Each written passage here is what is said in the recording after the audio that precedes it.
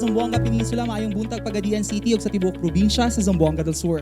Welcome sa Kapihan sa Rehiyon 9. Hatid sa inyo ng Philippine Information Agency Region 9. Ang programang ito ay isang plataporma para sa ating mga ahensya ng gobyerno upang ilahad ang kanilang mga programa at serbisyo sa taong bayan.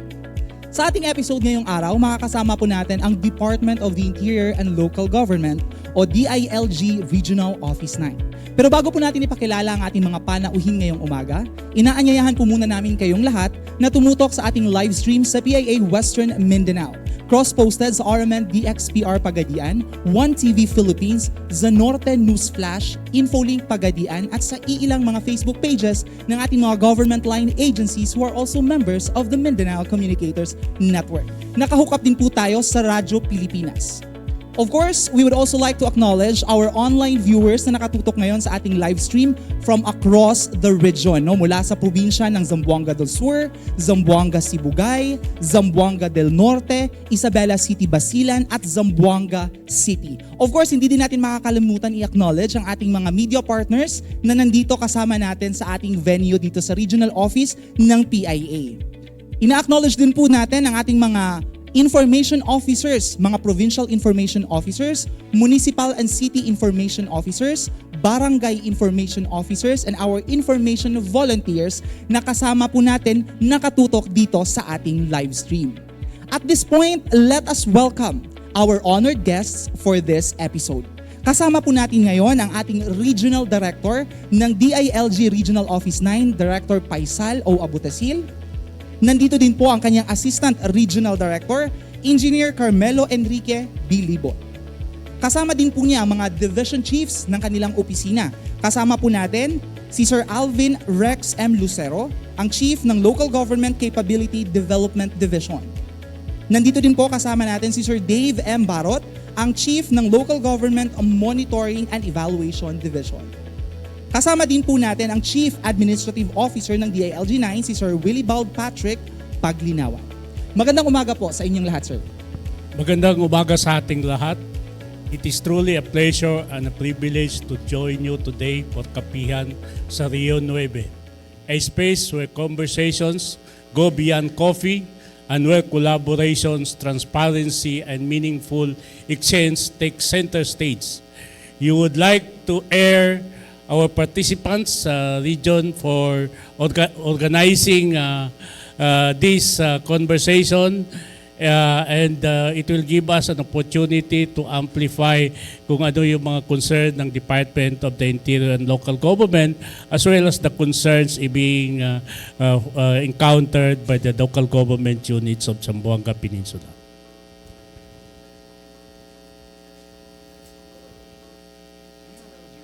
Stands at the forefront, championing the cause of excellence and innovation in local governance.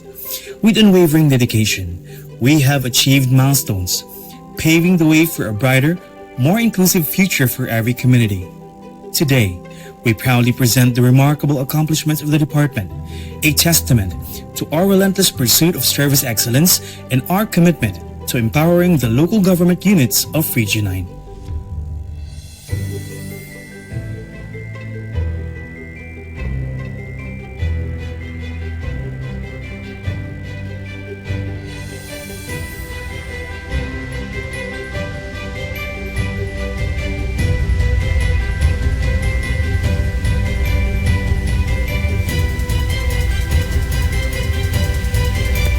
DILG Region 9 has been pivotal in enhancing the governance standards across the region.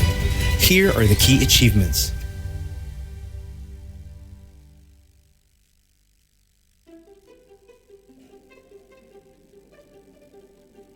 The seal of good local governance. Okay. It is a Ngayon, sisimulan na natin mga katanungan natin. Let's go first sa ating mga questions mula sa ating mga online viewers. Medyo marami-rami po tayo mga nakalap na mga question ngayong umaga. For the first question, we have here a question from Basilan Province. What measures are being taken to enhance transparency and accountability among barangays to ensure that their reports are truthful and reflective of real activities? what specific verification processes does the DILG employ to confirm that barangays are genuinely practicing the initiatives outlined in their submitted documents rather than merely fulfilling requirements for monitoring purposes? Well, thank you very much for that question from our media partner in the province of Basilan.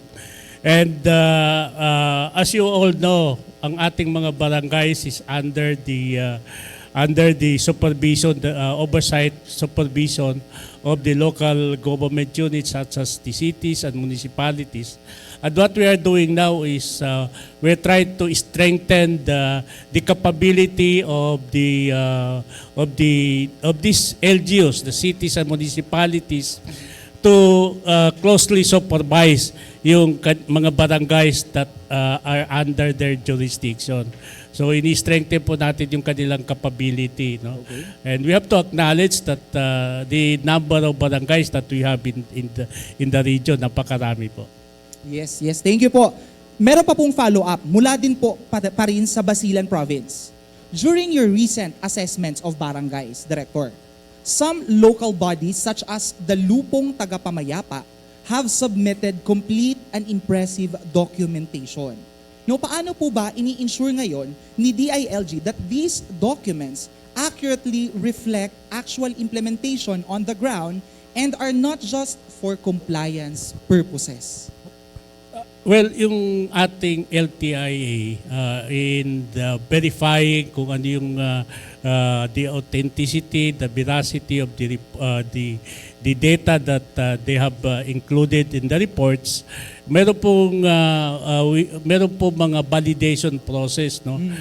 It starts from our municipal local government officers, wherein our MLGO will verify yung completeness and correctness of the data that our Lupon have submitted. Then after the verification, it will again be elevated to the provincial level for another. Meron pa tayong awards committee at the municipal level, and this is composed of barangay, representative from the barangay, the Liga, the PNP, and the courts. No? Ang ating courts are represented in this awards committee. And after verification, they will submit this to the provinces, and the province will endorse, no, will again validate yung report na submit, and it will be submitted to the region for another verification. So we saw to it that all the data that are included in the report, talagang it has undergone various validations and verifications from the municipal down to the regional level. Oo, very clear po iyon. Last question from Basilan Province, Director. In your experience, extensive yung experience po ninyo dito, what are the common challenges in verifying the authenticity of barangay reports? And how does the DILG plan to address these challenges moving forward? My follow-up, what message would you like to convey to barangay officials and local leaders regarding the importance of genuine implementation over mere documentation for the sake of compliance? Well, a common challenge in verifying barangay reports is the lack of sufficient and credible means of verification. Ito yung tinatawag nating MOBs that supports actual implementations. Sometimes reports focus more on compliance than real impact. And DILG addresses this by enhancing training on proper documentation, promoting the use of digital tools like the Subaybayan, and strengthening the on-site validation to barangay officials. Implementation must be genuine, and every accomplishment must be backed by clear MOBs or mode of verification.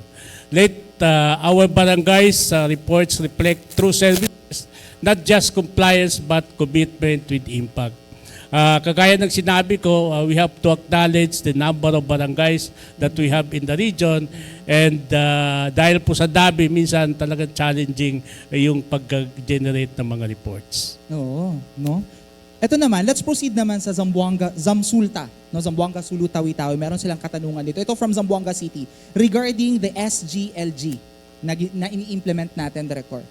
Can you elaborate on the strategies and capacity building programs you've implemented to help local government units achieve the SGLG? Well, DILG 9, 2 years ago, developed a capacity development analytics framework to understand the data of the performance of the LGUs and determine their capacity development needs. The result of the analytics is the basis of the PPAs to be funded under the Regional Institutional Development Support or IIDS, funded under the support to local governance. The sole purpose of this is to help the local government units pass the seal of good local governance. And I would like to elaborate further and announce that as far as seal of good local governance, there was already a decision to defer its implementation for 2 years. No? Ibig sabihin po dito, we'll be having an awarding ceremony for the Seal of Good Local Governance sa 2028 to give way for some visitation or revisiting the parameters of the Seal of Good Local Governance. But on the part of the ILG, we are continuously preparing our local government units so that pag nagkaroon na uli ng Seal of Good Local Governance, they are already prepared, and hopefully the number that we have will also be increased. Of course, no, we are all hoping na sana marami sa ating mga local government units, no, ang makakakuha nitong Seal of Good Local Governance. Another question regarding SGLG pa din po, Director Pai. While efforts are being made to boost the Seal of Good Local Governance compliance, what are the persistent challenges that prevent our local government units in Region 9 from achieving or maintaining it, particularly in areas like financial administration and sustainability? Well, based on the result of the analysis, yung LGU analytics namin, LGUs struggles on the utilization of their funds. No? Several factors at play, like under streamlined financial procedure, slow procurement processes, and others. No? Ito yung mga common challenges that is being encountered by our local government units. So medyo na nagkakaroon sila ng struggle in passing the Seal of Good Local Governance. Thank you, Director Pai. Bago po natin ipagpatuloy ang mga katanungan mula sa ating mga online viewers, and we will also consider questions from our media later on, para panoorin po muna natin itong video ng Department of the Interior and Local Government 9. DILG Region 9 stands at the forefront, championing the cause of excellence and innovation in local governance. With unwavering dedication, we have achieved milestones, paving the way for a brighter, more inclusive future for every community. Today, we proudly present the remarkable accomplishments of the department, a testament to our relentless pursuit of service excellence and our commitment to empowering the local government units of Region 9.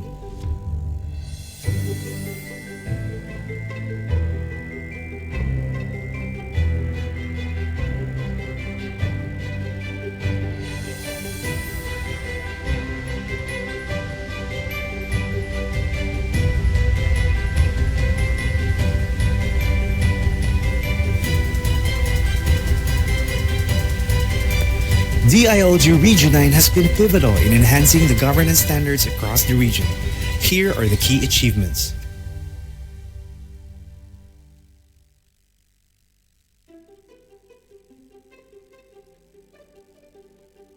The Seal of Good Local Governance.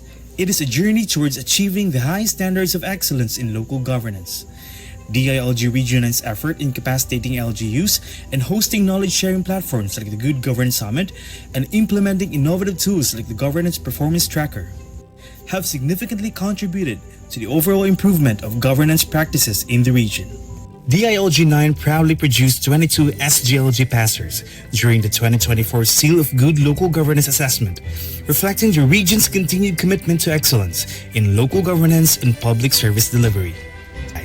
A total of 106 barangays from Region 9 were recognized as national passers in 2024 SGLGB, marking a significant 457% increase from the 2023 results.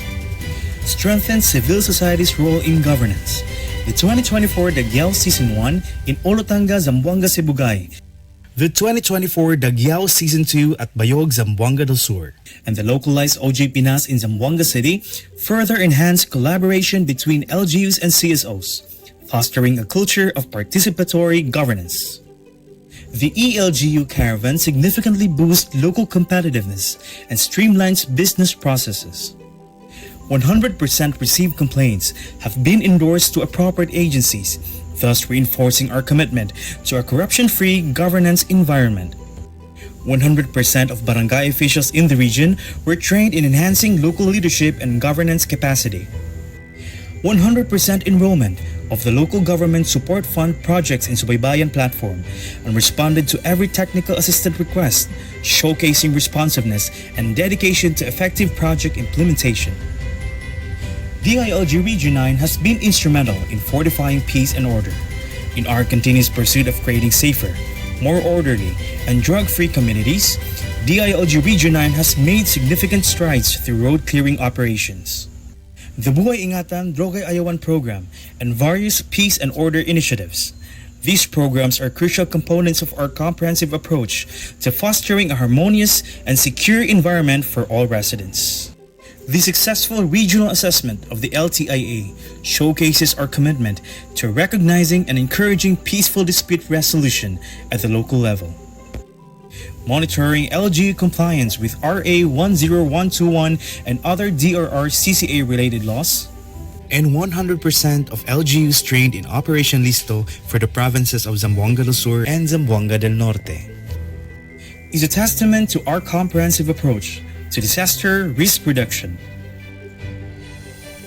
Through the Hapag ng Pag-asa at Pagkalinga and Kalinga at Inisyatiba para sa Malinis na Bayan programs, we are committed to fostering a cleaner, healthier, and more nurturing environment for all. Reviewing and endorsing LGU GAD plans and budgets, alongside conducting GAD initiatives, such as ladderized leveling session for DILG 9 personnel, highlights our commitment to gender equality and empowerment. The CFLGA demonstrates our unwavering focus on child-friendly policies and environments. This highlights our commitment to including persons with disabilities in governance and ensuring their needs are addressed. We have held our status as a highly trusted department and partner through the following. Consistent publication of the Voyager provides valuable insights and updates, maintaining transparency and open communication with stakeholders. These meetings have been pivotal in strategic planning and addressing regional issues, showcasing our collaborative approach to governance. We continue to strengthen the Local Government Regional Resource Center and the Gender and Development Focal Point System through regular meetings and initiatives. The LIAG Weekly Waves, initiated by the department, serves as a dynamic platform for continuous learning, engagement, and collaboration. This initiative is designed to keep our local government officials and stakeholders updated on the latest developments, best practices, and key issues in governance and public service. DILG Region 9 marked the Local Government Code anniversary with a vibrant celebration of leadership, innovation, and grassroots excellence.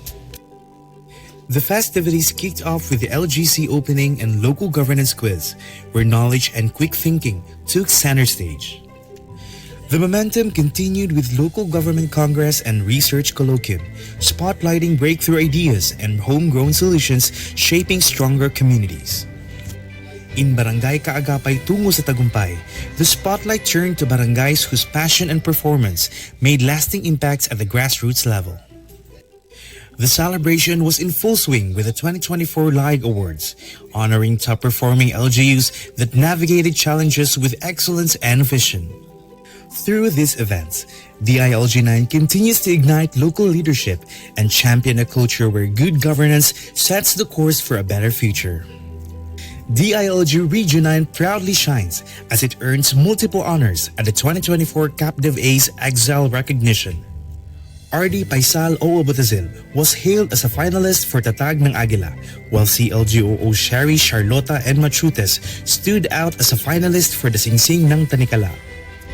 Shining the brightest, Mr. RC Catalino brought home the Dangal ng Kagawaran as the most outstanding DILG employee of 2024.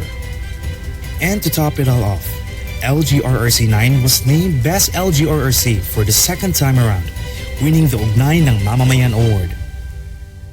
With heart, grit, and excellence, DILG9 continues to lead and inspire. This presentation is not just a chronicle of achievements, it is a celebration of our shared journey, driven by the passion to uplift Rehiyon 9. Okay, that was a very... Matino, mahusay, at maaasahan.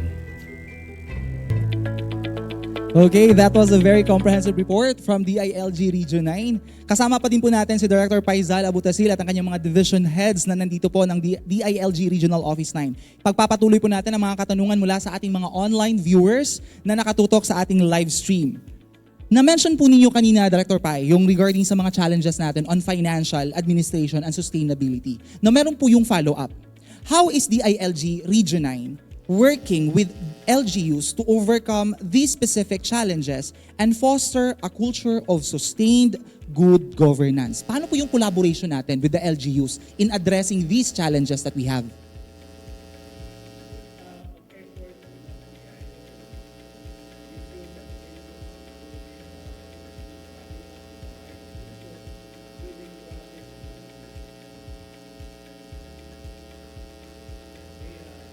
We would like to ensure that local government units are included in coming up with the right solutions during the process of analysis. LGUs are already on board to help DILG understand the prevailing situation. We also mobilize those LGUs who are performing and make them a model for other local government units. We foster collaborations among LGUs and encourage that LGUs also learn from each other. So we are trying to develop this scheme that those best performing local government units will also be emulated by other local government units, no, para mas mapaganda ang kanilang mga serbisyo. More on collaboration po. How does DILG Region 9 ensure interagency collaboration and accountability in the implementation of priority programs and projects in Region 9? Well, DILG since then has operationalized the Local Government Resource Center. Ito yung very effective tool namin to mobilize collaborations between the stakeholders, whose policy-making body is the Multi-Sectoral Advisory Council. The MSAC and the LGRC has been the convergence point for DILG and its partners to discuss how local government units perform and how the national government can better assist them in their journey towards excellence, good governance. So ito yung talaga dinidevelop natin. And as a matter of fact, yung LGRC ng Region 9, as you have seen in the audiovisual, we earned the top performing local government resource center for 2 consecutive years. Oh, okay. Ngayon, itong kasunod na question naman, Director Pai, medyo controversial or needs talaga clarification kasi maraming nagtataka. Is Sulu po ba now officially under Region 9 or Zamboanga Peninsula? Why or why not? Well, based on the Supreme Court decision which says BARM is no longer part of the province of Sulu will no longer be part of the BARM. we have several steps undertaken, no? And but we have, in the absence of a clear-cut policy from the national government, which says Sulu is already under Region 9, we are not yet on that stage, no, that we have already absorbed the province of Sulu. But as of the moment, the Department of the Interior and Local Government have undertaken several steps. And as a matter of fact, we have already started collaborating with the BARM. We have already talked to them what are the programs, projects, and activities that needs to be implemented in the province of Sulu. We are expecting that very soon, an official policy will be issued by the national government, which hopefully states that the province of Sulu will be under Region 9. By that time, we are already preparing ourselves so that we can effectively absorb Sulu as part of Region 9. Thank you po. No, yan yung aabangan natin, no, kung ano po yung magiging status talaga ng ating Sulu province, no, yung island province natin of Sulu. Kung masasali ba sila sa Region 9 or kung ano man ang ating aabangan. Proceed naman po tayo sa mga katanungan mula sa Zamboanga del Norte. First question po nila, ito naman regarding pa din ng Seal of Good Local Governance. Medyo konti lang yung passing rate ng Zamboanga del Norte. Do we have data po kung saan nagfo-fall short ang ating mga LGUs and ano ang pwedeng magawa ni DILG at ng mga partner government agencies to assist them in those areas? We have that data, no.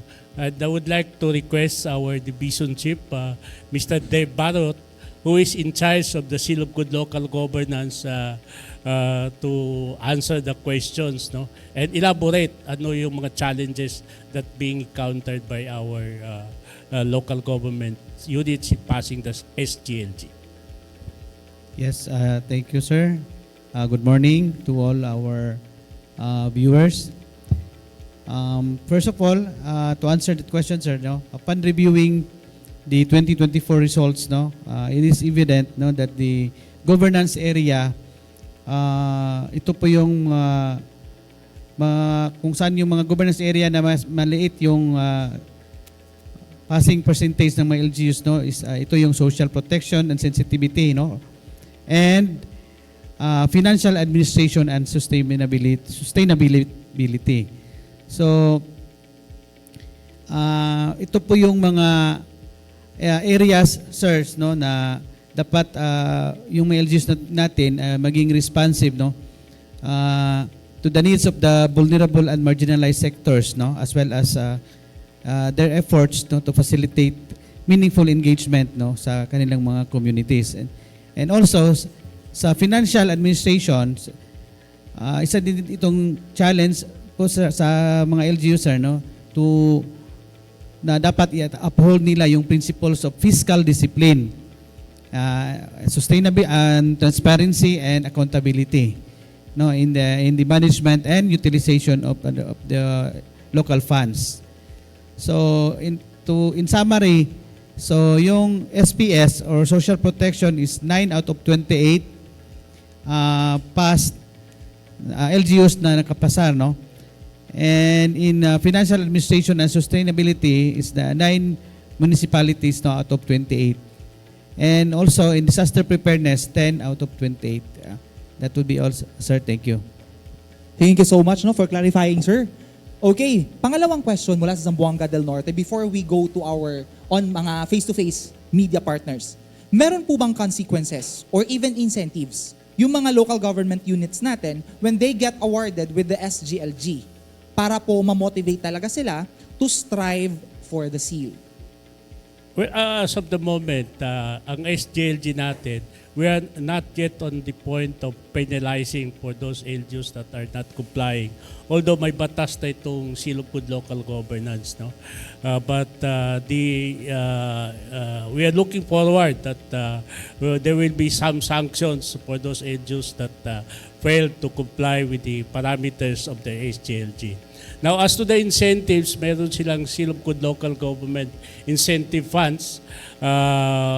For this year, I think more than 1 million per per LGUs who are recipient of Seal of Good Local Governance. Ito yung mga incentive fund na marireceive ng ating mga local government units to finance their development projects, no? Yung naka-include sa kanilang mga annual investment plan. Okay. Ngayon punta naman tayo sa mga katanungan mula sa ating mga nanditong mga media partners natin na kasama natin sa venue.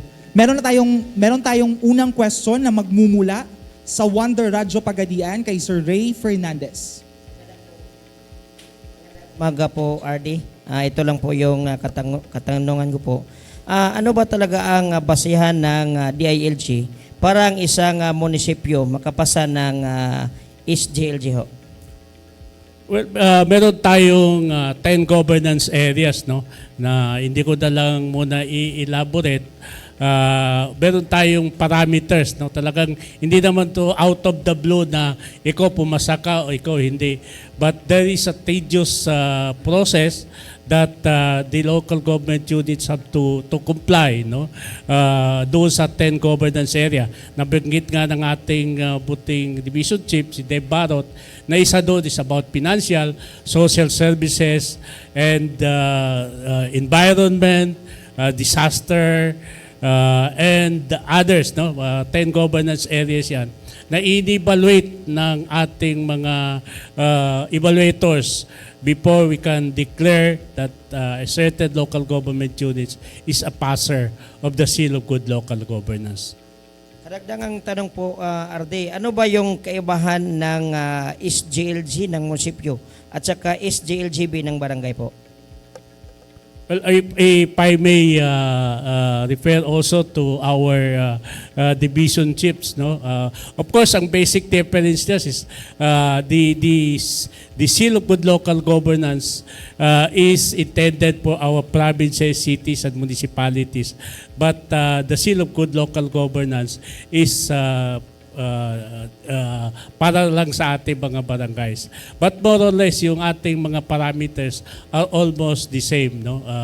Kung ano yung dapat tingnan sa city, pero yun din yung mga parameters na tinitingnan natin sa mga barangays. And we're very happy, no, that the number of passers for the Seal of Good Local Governance for barangays, napakarami po dito sa Region 9. So if I may refer this to our division chiefs kay Dave Barot to further clarify yung SGL difference between SGLG and SGLB yung para sa barangays. Okay, thank you, sir. Itong the Seal of Good Local Governance for Barangays, no, what differs sa SGLG is ito sa sinabi ni RD, no, may 10 governance areas si SGLG, no? At saka ito, yung si SGLGB or the Seal of Good Local Governance for Barangays, meron siyang tinatawag na principle of 3+1, no? Where barangays need to pass, no, three core governance areas. Ito po yung financial, administration and sustainability, disaster preparedness, and safety, peace and order. And yun ang three core areas at saka at least one essential governance areas, no? Pagpili lang dito, no, sa social protection and sensitivity, sa business friendliness and competitiveness and environmental management.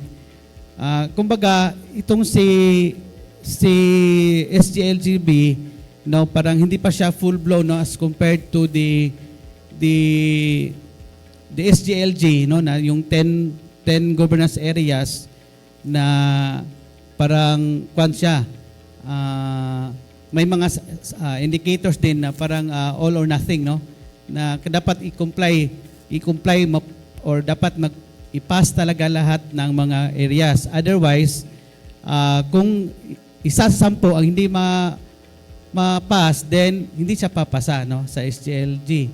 While sa SGLGB, so at least makakuha ka lang ng 3 core areas at saka at least one essential area, then the barangay could kaning pass. Ito po yung difference. Thank you. Ibig sabihin na konti lang yung kunin ng isang barangay kaysa munisipyo po. Dito na naman sa kabilang katanungan na RD, dito sa Zamboanga del Sur ho, sa 26 municipalities and 1 cities, ilan po nga mga lungsod ang nakapasa ng SGLG po kung meron tayong data po? Well, we have a data, Dave, no? Ilan ba yung nakapasa sa atin sa the province of Zamboanga del Sur? Sir. As of 2024, sir, 11 municipalities yung pumasa sa Seal of Good Local Governance sa province of Zamboanga del Sur. 11 po. Malaman ba natin yan kung anong munisipyo po? Ito po yung municipality sa second district. Ito po yung municipality of Bayog, Kumalarang, Tigbaw, municipality of Gipos, municipality of Pinsusagon, and sa first district, municipality of Ramon Magsaysay, municipality of Tambulig, municipality of Dumingag, Mulave, Suminot, and Aurora. Yung ibang mga munisipyo po, sir, ano pong nangyari, ba't hindi sila nakapasa ng SGLG po?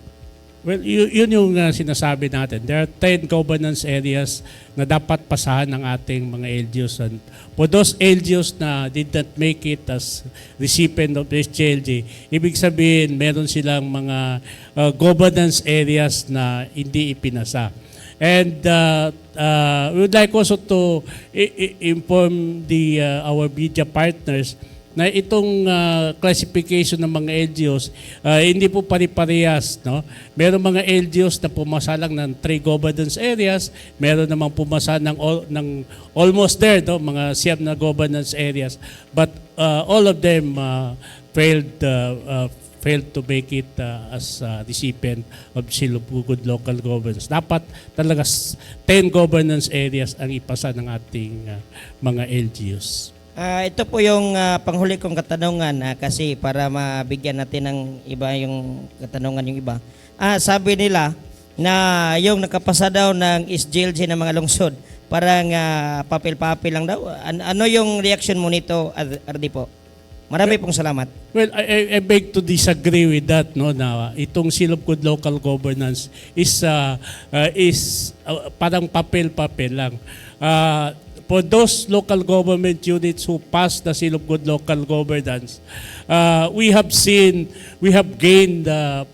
harvested good governance. They have manifested good governance, and I think naipakita naman ng ating mga Seal of Good ng ating mga recipient ng Seal of Good Local Governance na marami rin mga magagandang nangyayari sa kanilang mga respective local government units.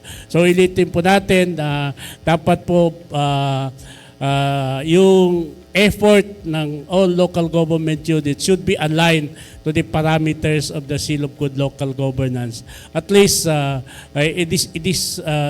these parameters promotes good governance and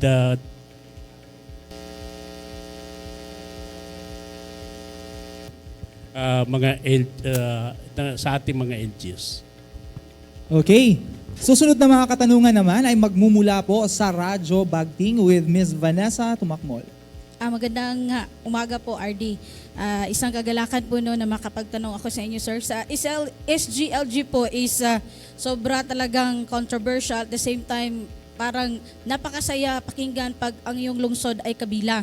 At yung mga pinagmulan yung address mo talaga ay makukuha. So, ang SGLG po ay isang award na binibigay sa LGU na na-recognize kanilang outstanding na mga performances. Pero ang tanong ko po is, nakita po namin sa presentation kanina na 22 lang po talaga sa Region 9 out of 75 LGUs po ba yun, sir?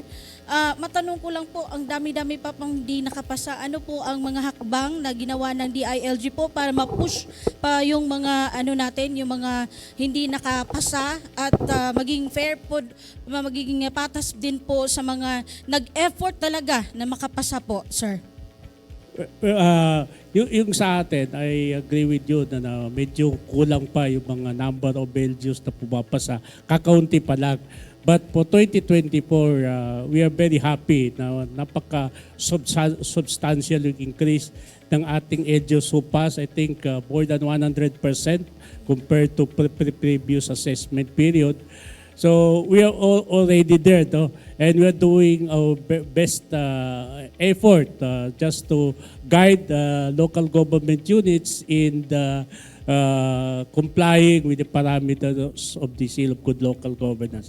But to elaborate this, I would like to request Mr. Alvin Rex Lucero, the Chief of Local Government Capacity Development Division, kasi sila yung tumututok sa capacity development ng ating LGUs so that they will be able to pass the Seal of Good Local Governance. Thank you, RD, no? And of course, good morning sa ating mga media partners.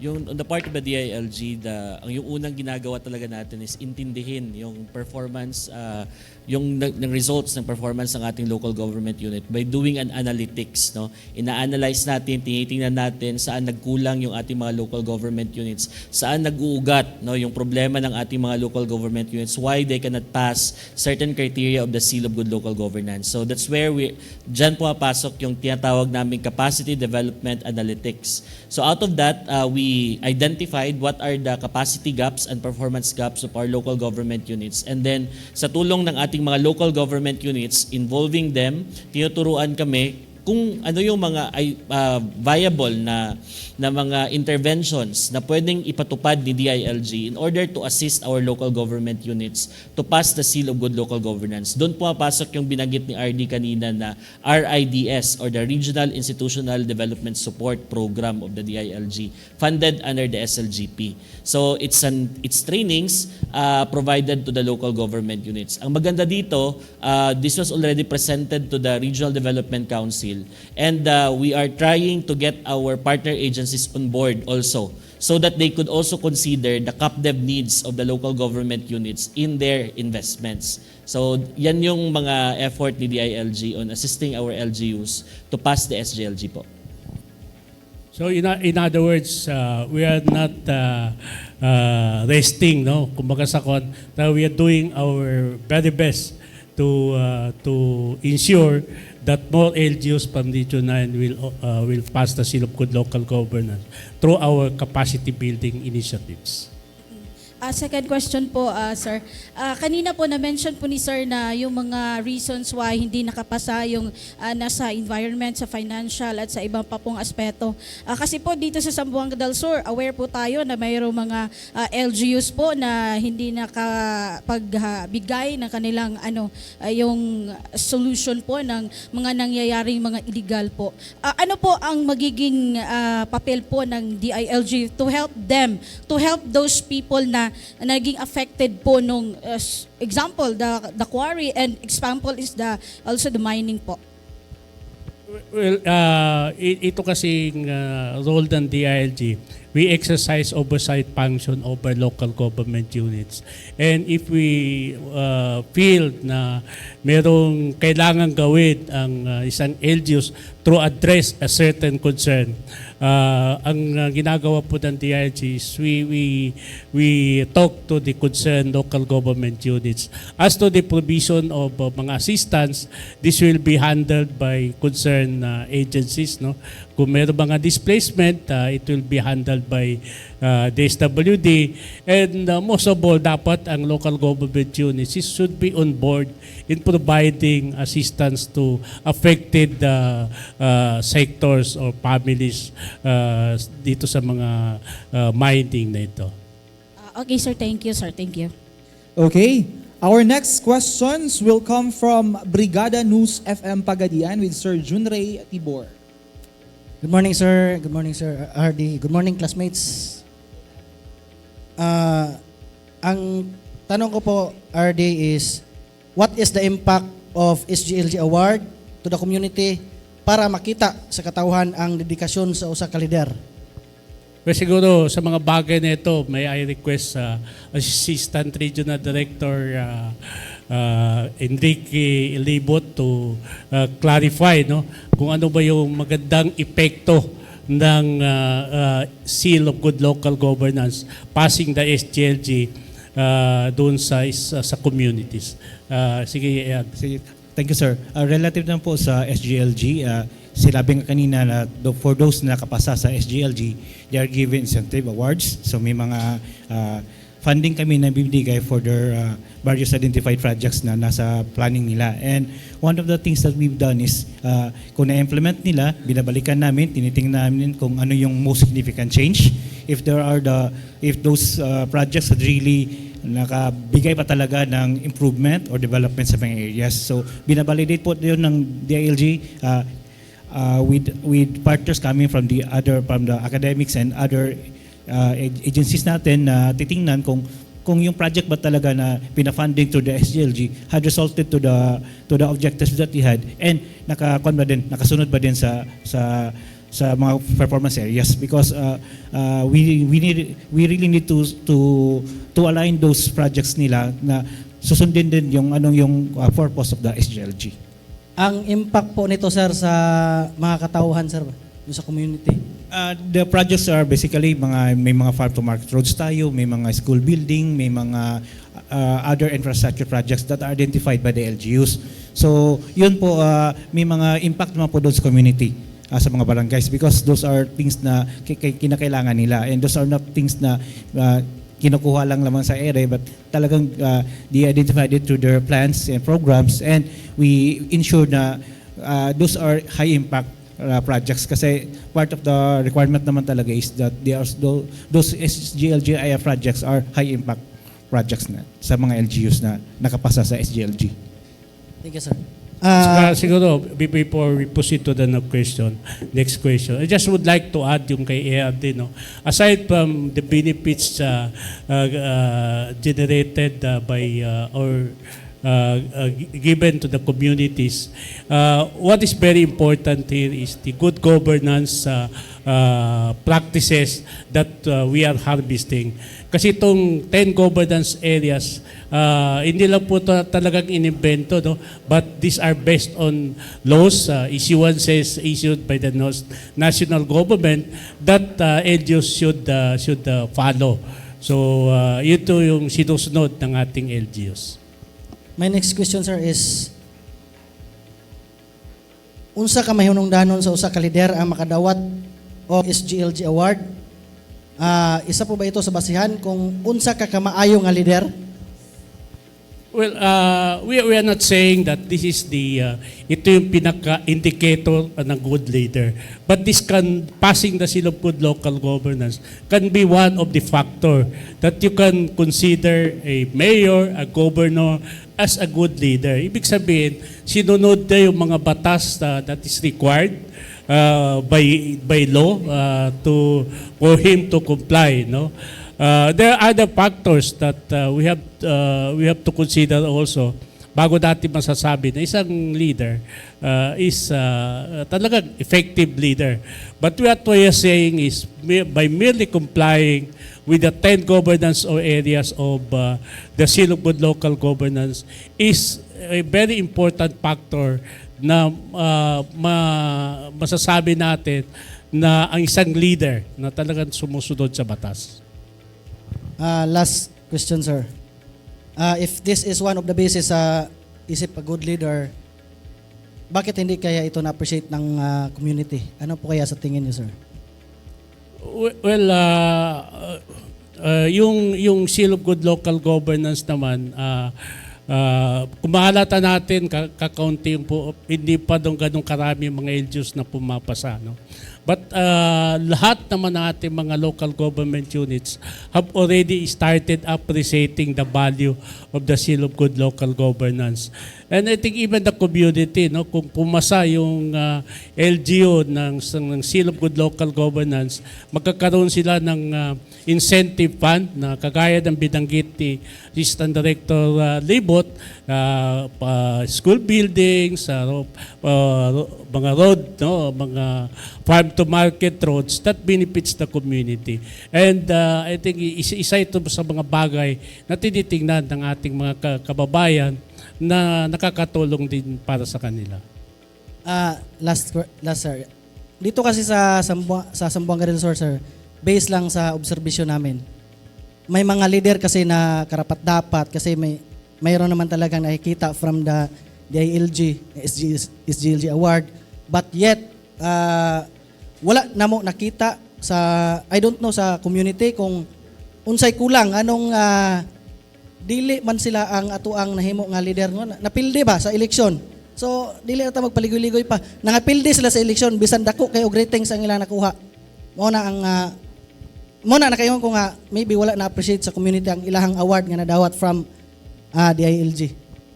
We agree with that, no, na in some LGUs yung mere passing the seal of good local governance does not necessarily mean that you will be elected or re-elected to your positions. We have also to acknowledge yung existing political system siguro ng ating areas, no?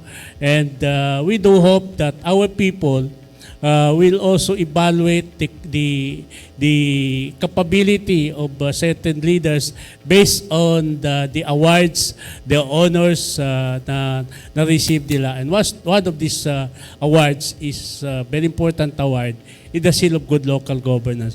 Hopefully, no, in the future, isa ito sa titingnan ng ating mga botante kung pumasa ba yung aming munisipyo o pumasa ba yung ating province in evaluating kung sino talaga yung karapat-dapat na umupo. Thank you, sir. Hopefully karong Mayo 2028 ma-appreciate na. Okay, our next question will come from J Channel with Sir J Apales. Alright, magandang umaga po sa ating lahat, RD, Abutasel, at saka sa ating mga viewers. I'm very much practical po itong ating katanungan. Just keep on talking about SGLG, but this time, I think this is the right time now to evaluate, no, ito pong mga baguhan sa politika, mga new fight na mga naging LG, kasi sa pagkaalam ko sa reality, maraming hindi pa alam. Hindi na alam ang mga rules and regulations sa DILG.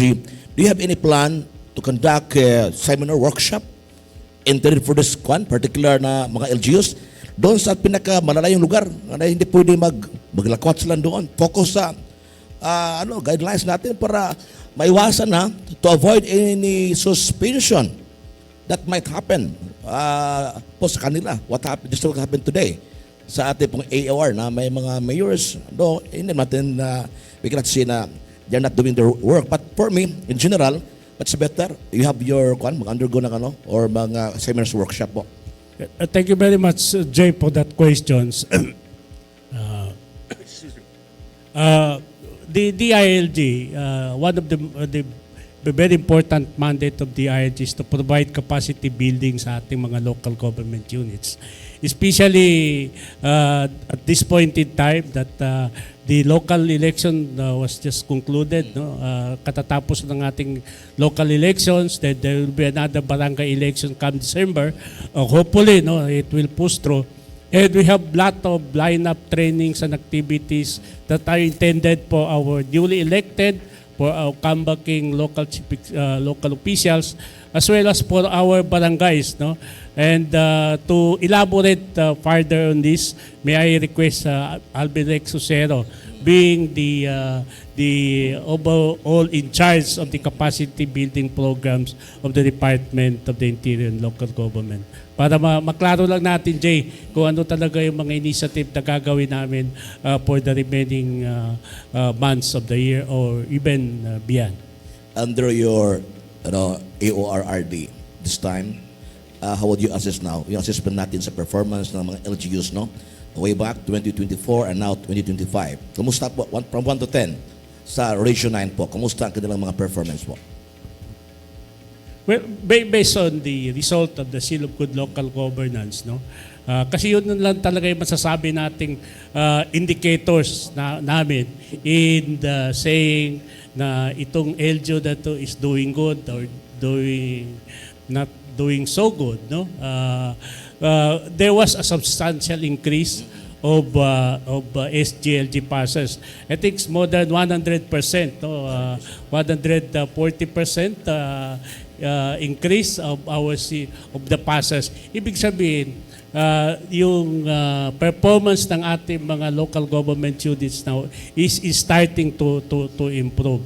Now po 2025, no, of course, meron tayong election. So definitely lahat ng mga major initiatives ng LGUs are being put on hold, no, dahil nga they are very busy in the campaign.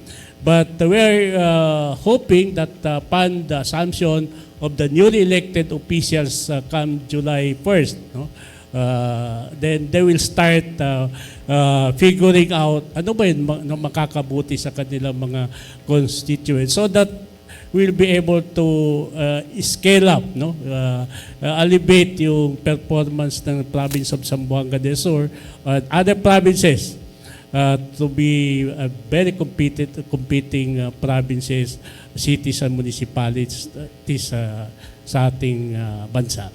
Okay, maraming salamat, RD. Mabuhay ka. God bless. More power. Okay, babalikan po natin ang mga katanungan mula sa ating mga media partners na nandito sa venue. Puntahan muna natin ulit, no, ang mga questions mula online. Ngayon naman, RD Pai, punta tayo sa mga questions mula sa ating mga viewers sa Zamboanga, Sibugay. Ito naman siya related to election.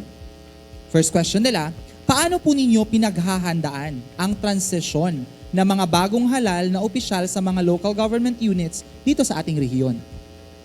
The Department of the Interior and Local Government sa pamamagitan ng aming mga tanggapan na provinces, cities and municipalities, particular dito sa Zamboanga Peninsula, ay may malinaw at sistematikong plano para sa transitions ng mga bagong halal na opisyal ng mga LGUs.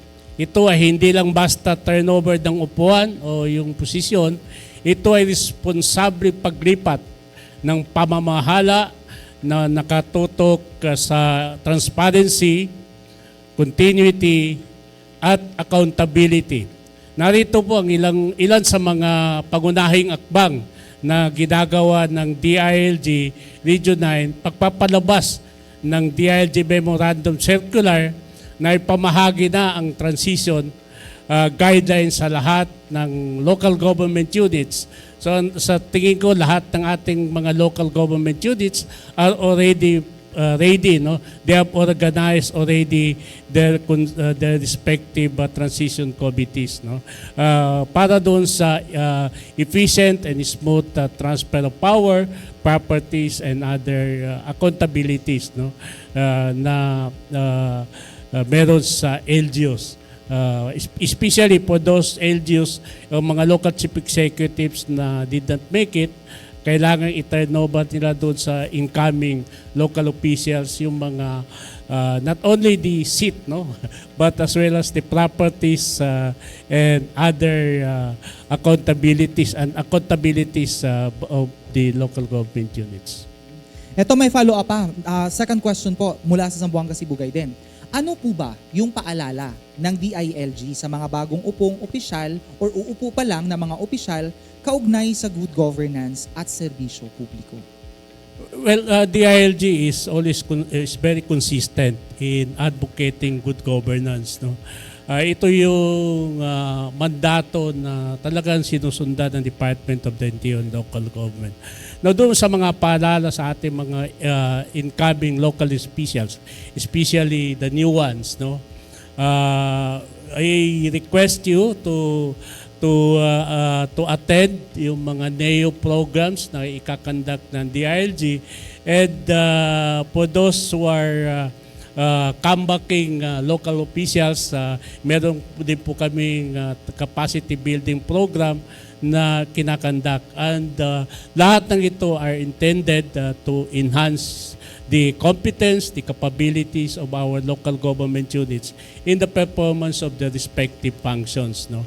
So ang paalala po natin, as usual, promote good governance and transparency and accountability para sa ating mga local officials. Yes po, no? Yan po yung mga aasahan natin para sa ating mga uupong opisyal, no? Ngayong pagdarating na nila, oath-taking nila.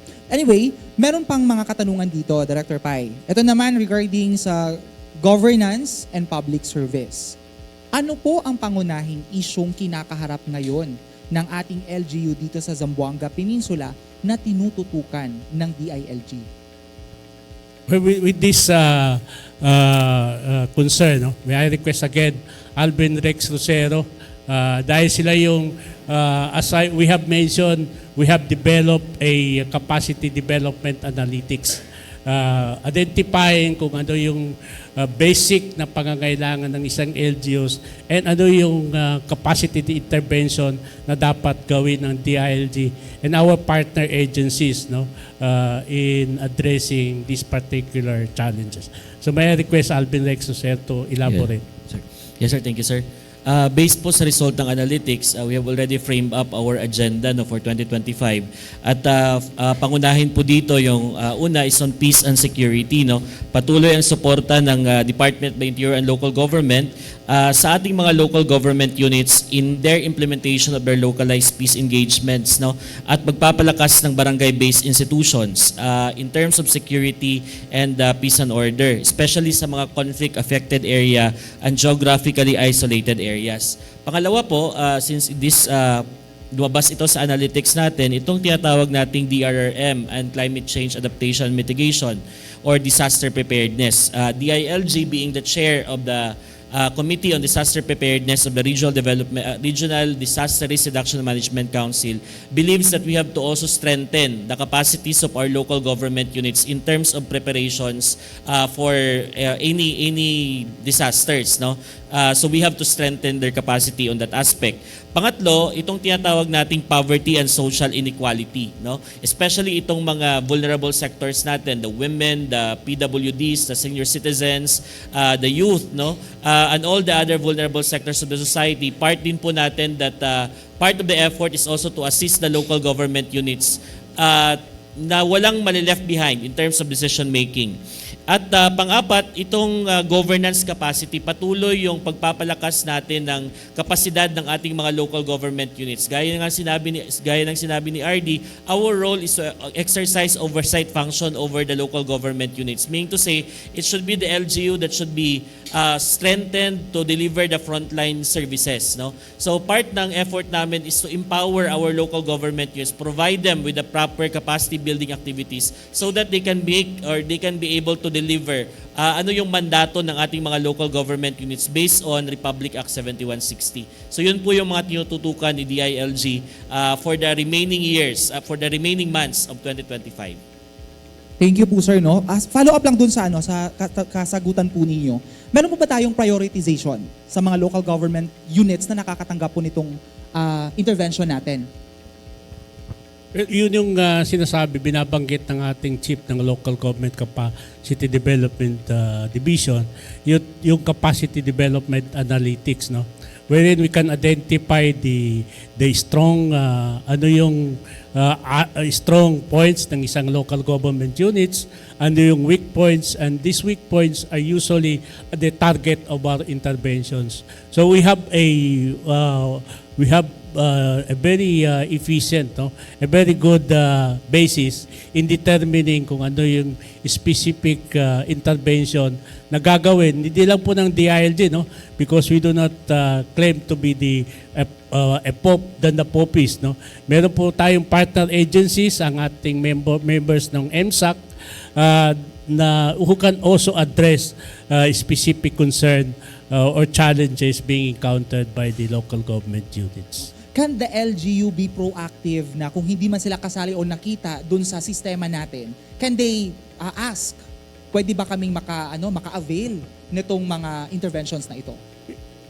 Usually, no, what we are doing is we ask the local government units to submit, to write us a letter, no, kung ano yung particular interventions na gawin nila, na dapat gawin, hindi lang ng DILG but as well as other agencies na who are members of the MSAC.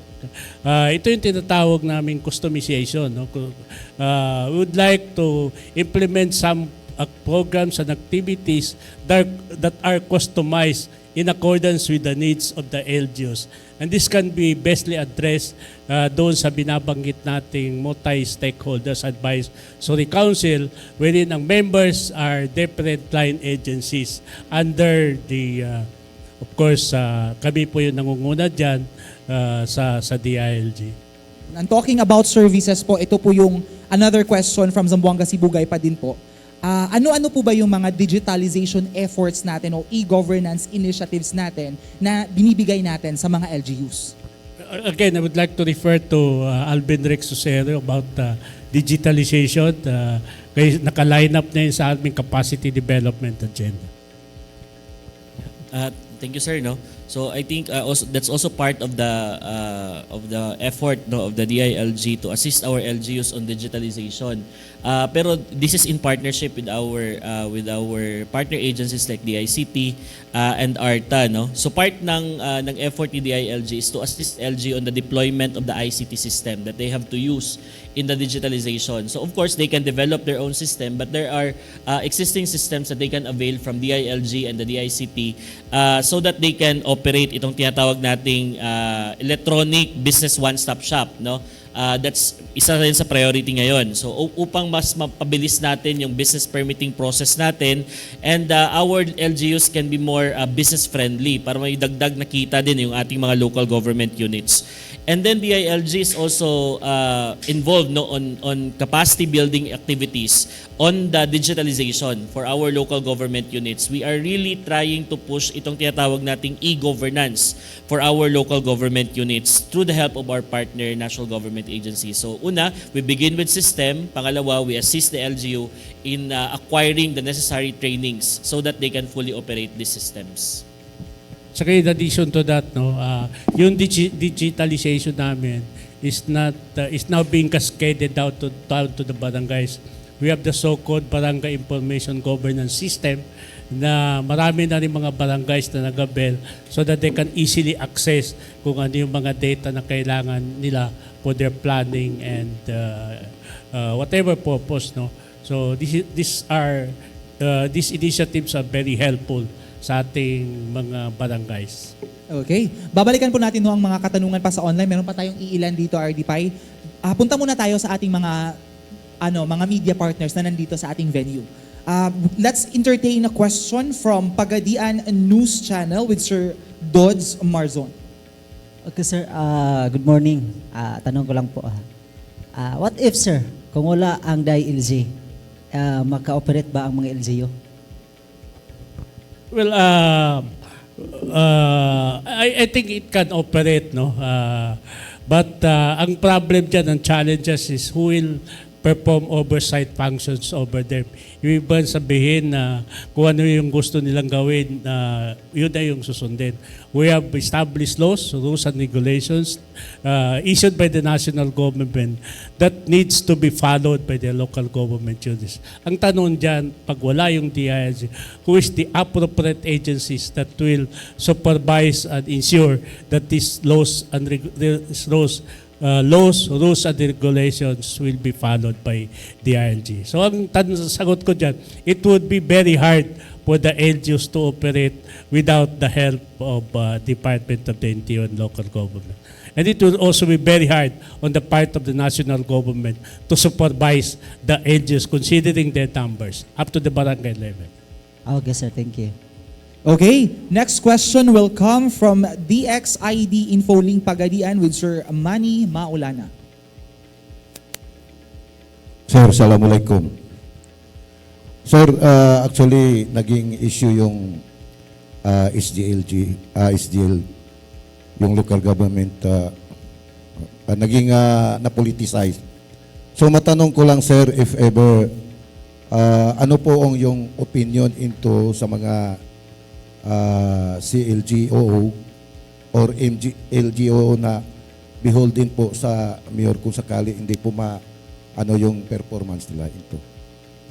Kami naman sa region, no, under my leadership, I saw to it that our field personnel, no, is not siding with any politicians, whether kaibigan mo man hindi. But what is very important here is we do our job. We have the specific mandate to perform. And if ever meron sa aming mga kasamahan na nakikita natin na may kinikilingan, I would like to encourage our media partners, no, ating media practitioners, to report that to us. And certainly, we will do something about it, no. Dahil pinagbabawal talaga namin yan. We do not also want to destroy yung credibility ng Department of the Interior ng local government na dapat neutral lang talaga yung aming positions sa mga bagay-bagay, especially when it comes to politics. Another question po, sir. Alam po natin na sa election po, especially dito sa Zamboanga Peninsula, mostly massive vote buying po. Wala na gingon ba nga piniliay kung dili pinilitay. So mawala ang leadership by example, nahimo na siyang enterprising leader. So mostly po sa mga, especially sa mga barangay, hindi po sila nag-perform sa duty nila considering the fact nga, pwede raman ang mapalit ng mga butante. Into, unsay pwede nga mahimo sa DILG para ana nila usahay din na sila mutunga being a leader. Well, these are realities on the ground, no, na nangyayari. But this issue on vote buying, meron namang appropriate agencies that we can lodge our complaint, no. Sa COMELEC, I think COMELEC have disqualified some candidates already because of the allegation na merong vote buying. But on the part of the DILG, I think ang dapat tutukan dito is on voters advocacies, no, information dissemination, and hopefully we can also convince our constituents na dapat pumili ng mga leader na talagang karapat-dapat, no, regardless kung meron bang mga ayuda yan o merong ipinamibigay. Because at the end of the day, tayo naman yung maapektuhan yan kung hindi maganda yung napili natin because of some considerations. So yun, dapat i-lodge natin yan sa COMELEC yung mga allegations na merong mga vote buying. Last question. Alam po namin tapos na po retire kay SGL. Unsay imuhang memories into as being at regional director sa DILG na pwede With regards to good memories, I have lot, no? I have lot. If I am going to outline kung ano yung mga good memories, to include also some bad memories, medyo matatagalan tayo. But suffice to say that I have served the Department of the Interior and Local Government in Region 9 for almost 17 years. No? I will be retiring this November of this year. So barely 5 months from now. And siguro naman during my stint as Regional Director, wala naman po nakakapagsabi na si Director Abutasil, ibang director yan, no? Hindi ibang pinanggagawa.